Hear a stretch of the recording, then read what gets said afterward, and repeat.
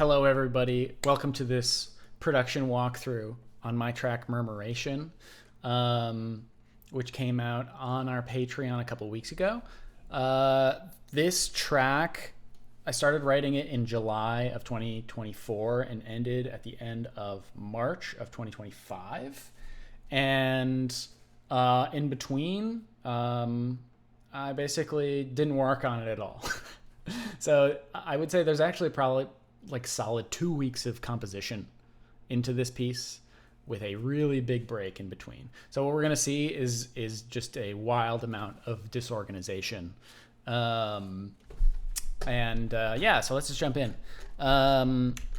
This track starts with these flutes.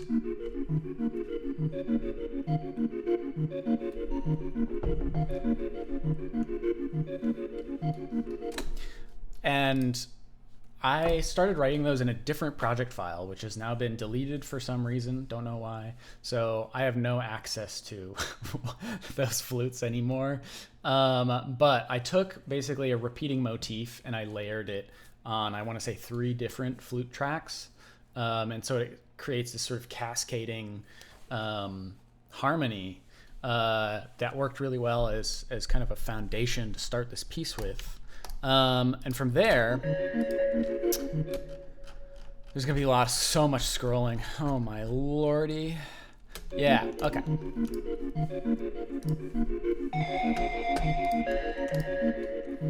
Then came this melody, which I wanted to feel like it's on the verge of shattering almost. So this is a Vital preset. Is it by Tankla? It sure is.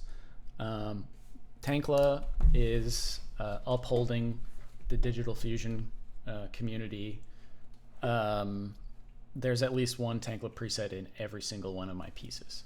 Anyway, so this felt really good for this heart-wrenching, aching melody that I performed.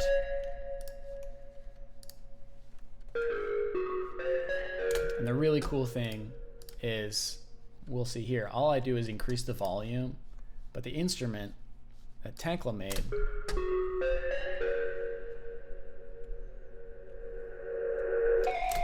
has that really cool effect. I believe I increased the feedback here.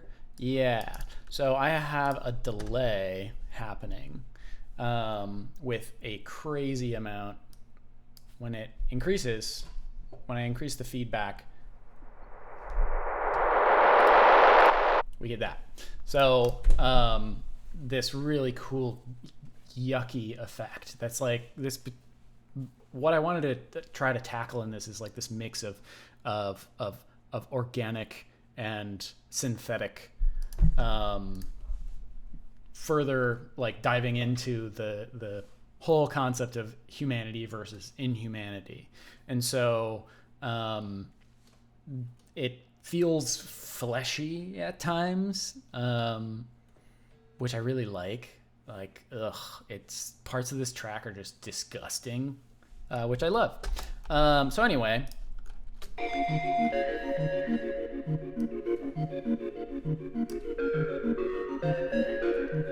get this nice swell, and then we're gonna get a double on the keys.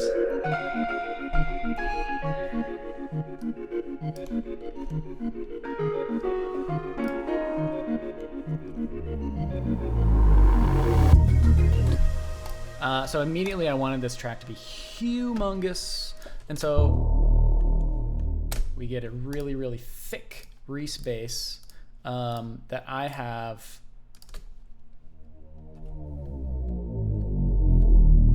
We got that. I believe this is a sub. Oh no, that's a riser. And this is another gross sounding thing.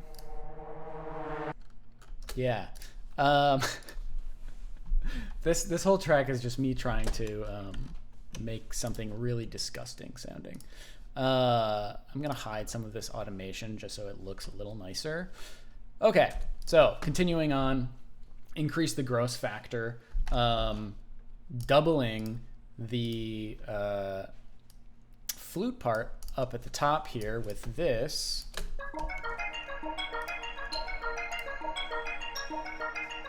Which is kind of reminiscent of like Joe Hisaishi's Castle in the Sky when you get up to Laputa. Like this is like those traveling quartals. This is something that I then matched up in here.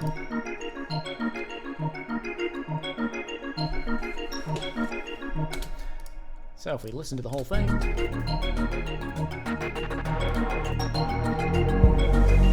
Some nice volume automation here.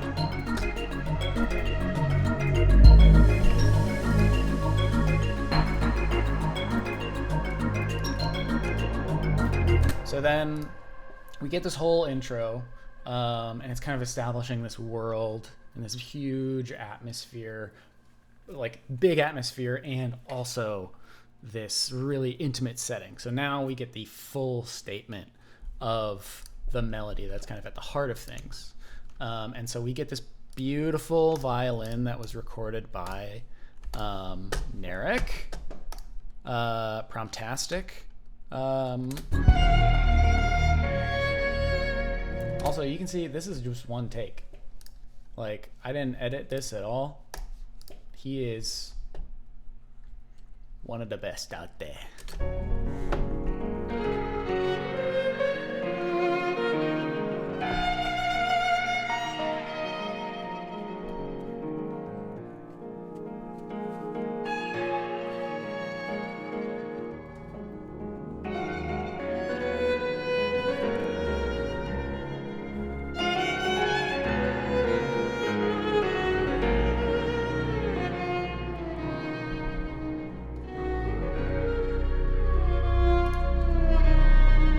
All right, so we get this incredibly tender sound. The way I mix the violin is with, I really wanted to bring that texture out, the like, you know, earthy, really hear that bow. And yeah, I mean, it still gives me chills every time I hear it. But throughout that section, we're bringing that bass back in, and bringing the world. It's kind of like we left the world, we retreated into ourselves for a bit, and then the world starts creeping back in, and then it really presents itself here.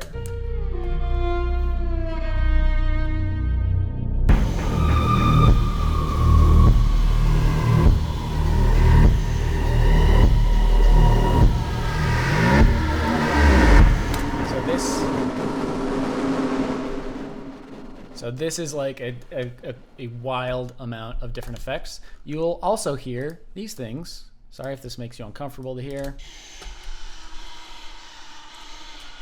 That's me. That's me really breathing. This is me screaming. And then I did a bunch of crazy effects on it. This is me breathing into the mic. So I really, like, there is this separate feeling of, like, yes, we're still approaching this as humanity versus inhumanity, but, like, I am making myself sound inhuman in a way. I don't know. There's a bunch of different ways you can look at it. This is, I think, one of my favorite plugins now, which just is just called Random.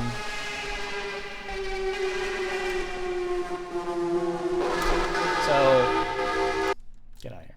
So I basically drew all of this in here. I had it write automation live, so I was basically drawing these different sounds. And so you get, you can see the line moving. So I really just wanted something that sounded like death, honestly. So we also get this shrieking sound that reacts really in a cool way to pitch change. This is Horror Synth by Tankla again. which I added a bunch of reverb to and a compressor. This whole time I also have these drums going.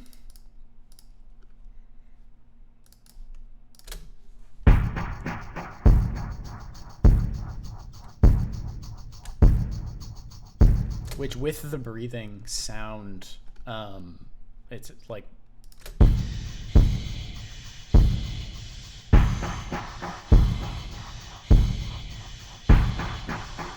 really percussive and driving. Tons of effects happening here. What did I just do? No, come back. Mostly reverb and some delay. On here, on my bass drum, I do have Rift, which is a distortion plugin. So to continue on, also this is Skaka. If you leave here today with learning one thing, it is that Skaka is my favorite plugin of all time. It's a shaker plugin, and it also has like some of the best shaker sounds, like naturalistic shaker VST.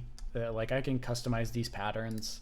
I have a ton of shakers around, and it's the one thing that I'm like, I will let the computer do it for me. Actually, I will design the pattern and it will play it, and it will be it's just so much more customizable, and I don't have to really be exact with my shaker rhythms. So if I'm recording it specifically, so highly recommend. I use it in so many things. One of the best pieces of advice I ever received in both writing and production is, when in doubt, add a shaker. And I stand by that to this day. So we get through this sort of growth of the inhuman, and we add, sorry, that's gonna sound crazy. We add these wild harmonies that, sound otherworldly. So we've got this really low re-space, and then it's being doubled on a fifth.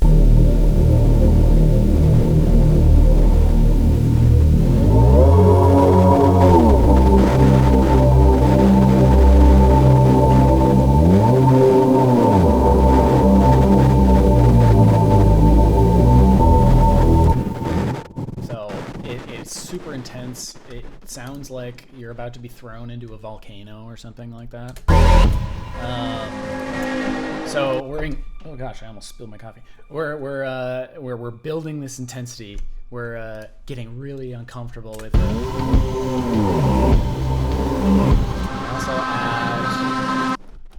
I also add this sound, I want to say. Yeah. Which is a tom that adds another sense of drive to it.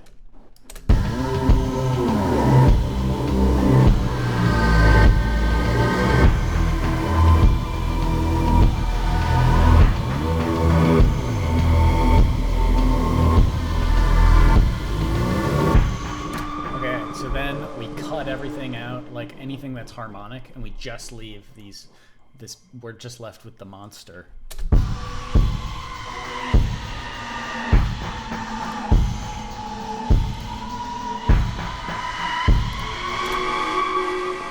So at this moment, it's like you are staring at something so incomprehensible and evil, and it's almost like a paralysis. So then we get to the moment that's me introducing rhythm and like something more akin to a section of a song, as opposed to this sort of strange soundscape we've established so far. I consider this piece more as like a piece of scoring, rather than, I feel like I'm scoring emotion rather than writing a quote unquote song or like a track with a specific structure. Because this piece goes all over the place, and it's really motivated by the emotion of it all. So then we get the big build, and we'll just play this wild rhythm. I can't escape gent, and so gent introduces itself.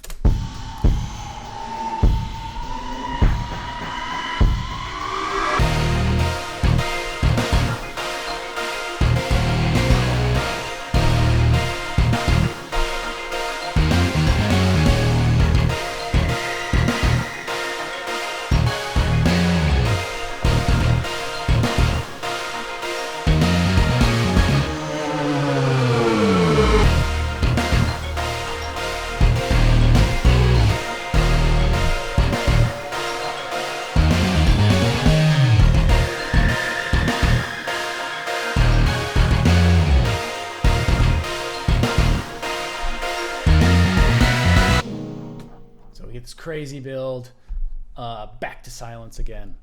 This track is all about hard contrasts. So yeah, I can't escape writing like this because it's what I really love to do.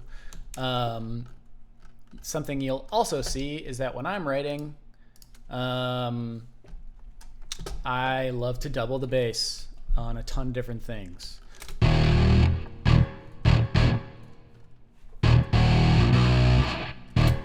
So I have this bass here, Easy Bass, another one of my favorite plugins. I have a keyboard. This is, I think it's Keyscape. No, this is Noir, my favorite piano plugin. This is Shreddage, which took me a lot because I got it for this and then I had to learn how to use it. So we also have, so we have that as our baseline, and then we have this up top.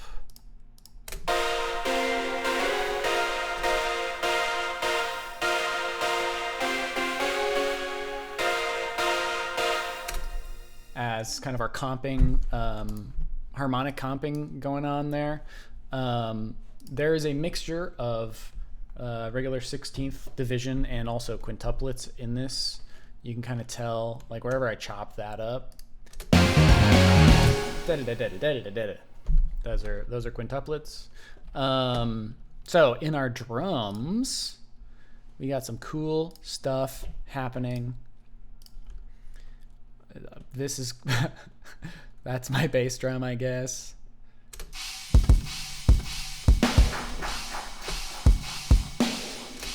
Pretty simple as it like in regards to drum parts that I've written, but I knew that I wanted to make the snare hit just feel like it's cracking through the earth.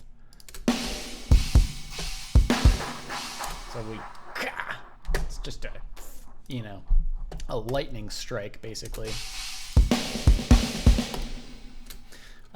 So this big fall here, that's like one of my favorite things I've ever done. Not because it's like super impressive, but it fills me with such a deep satisfaction. I also displaced the rhythm by making it go a little further, which it just feels more unsettling.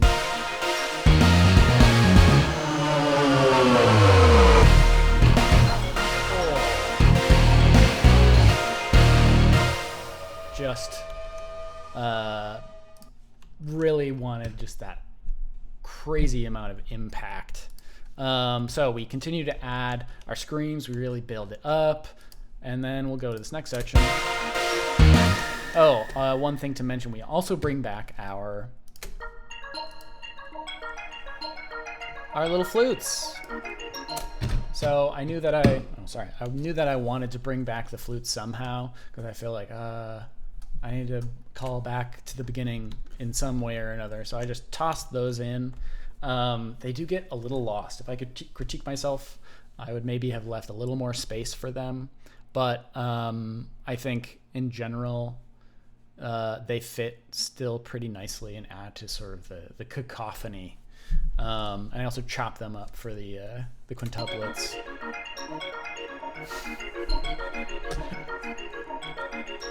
Which is kind of silly. All right, so let's go to this next section. Hard cut. The only thing that remains, besides our piano, is the breathing. And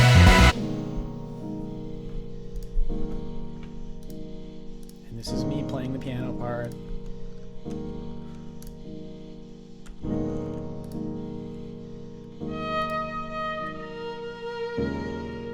So now we are going to get our natural conclusion, what feels like a natural conclusion to the melody we introduced way earlier.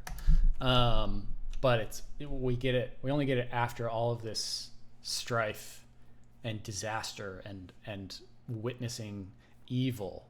So not only does it feel like the melody is developed, but like you as the listener have kind of a new context for the melody and like the pain that exists behind it. I'm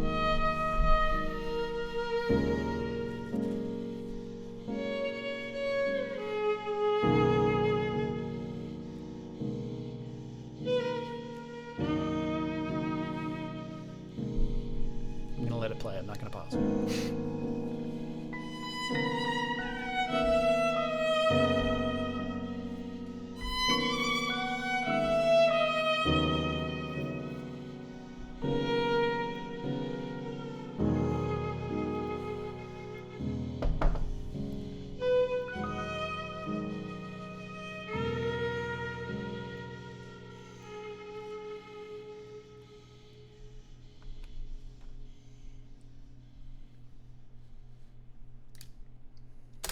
So the two things that we're left hearing are the piano and the breath, and that's really purposeful.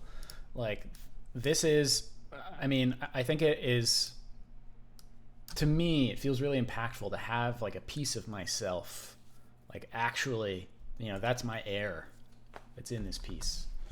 And so the two things we're left with are like me playing that piano and Narek's human playing that's, so gorgeous in my physical breath, because at the end of the day that's all we're left with.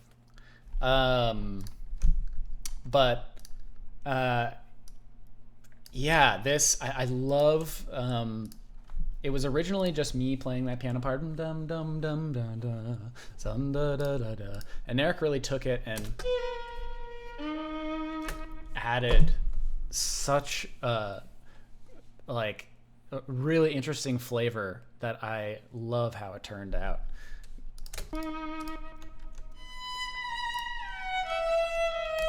Gorgeous. So that's the piece. Go listen to it. That's all I can say, I guess. This is a track that I'm like truly, I think I'm proud of. Because it is reflective of how I was feeling at the time when I started writing it. I was in a very bad place.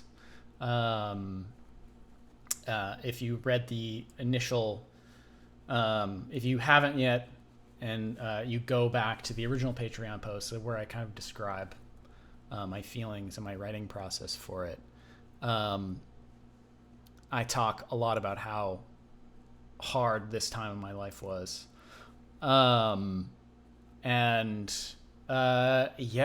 Just trying to be really, really true to that, and